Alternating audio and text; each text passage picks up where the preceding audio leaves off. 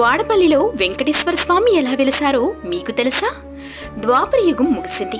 శ్రీకృష్ణుడు తన అవతారాన్ని చాలించి వైకుంఠానికి చేరుకున్నాడు. ఆ తర్వాత కలియుగం ప్రారంభమైంది. కలియుగంలోని మనుషులు భక్తిని మరచి డబ్బు వెంట పరుగులు పెట్టారు.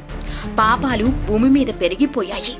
అప్పుడు మునులు ఋషులు ఎంతగానో బాధపడి నారదముని సహాయంతో మహావిష్ణువు దగ్గరికి వెళ్లి, ప్రభు, ఈ లోకాన్ని రక్షించండి అని మహావిష్ణువుని వేడుకున్నారు.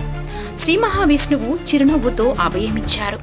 కలియుగంలో నేను స్వయంభువుగా భూమి మీద వెలిసి ప్రజల్లోని భక్తిని మళ్లీ పుట్టిస్తాను అని వాడపల్లి అనే ప్రత్యేక స్థలాన్ని తన నివాసంగా ఎంచుకున్నారు.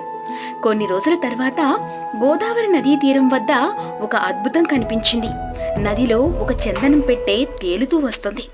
దానిని ఎంతమంది పట్టుకోవాలని ప్రయత్నించినా కనిపించకుండా మాయమైపోతుంది. అదే సమయంలో ఒక వృద్ధ బ్రాహ్మణుని కలలోకి విష్ణుమూర్తి కనిపించి, ఆ పెట్టెలో నేనే ఉన్నాను, పవిత్ర స్నానాన్ని ఆచరించి నదిలోకి వెళ్లి వెతికితే నేను మీకు దర్శనమిస్తాను అని చెప్పి అదృశ్యమైపోయారు. ఆ మరుసటి రోజు గ్రామస్తులు భక్తి శ్రద్ధలతో స్నానాన్ని ఆచరించి నదిలోనికి వెళ్లి వెతకగా గరుడు పక్షి నీడలో ఆ దివ్యమైన పెట్టె ప్రత్యక్షమైంది.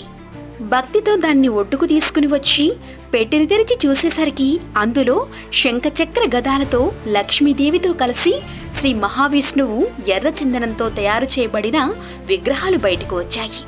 అందరూ ఆనందంతో నిండిపోయారు. అప్పుడు నారదుడు ఈ మహిమను వివరిస్తూ, సంస్కృతంలో వేం అంటే పాపాలు, కట అంటే తొలగించువాడు అని అర్థం. అలా స్వామివారికి వెంకటేశ్వర స్వామి అని నామకరణం చేసి పూజలు చేయడం ప్రారంభించారు. అలా గోదావరి తీరంలో స్వయంభు రూపంలో వాడపల్లిలో వెంకటేశ్వర స్వామి వెలిశారు. ఇక్కడ వరుసగా 7 శనివారాలు ఎవరైతే ప్రదక్షిణలు చేస్తారో వారు కోరుకున్న కోరికలు తీరుతాయని గట్టి నమ్మకం. ఈ వీడియో కనుక మీకు నచ్చినట్లయితే ఓం నమో వెంకటేశాయ అని కామెంట్ చేసి, లైక్ చేసి, సబ్స్క్రైబ్ చేసుకోండి.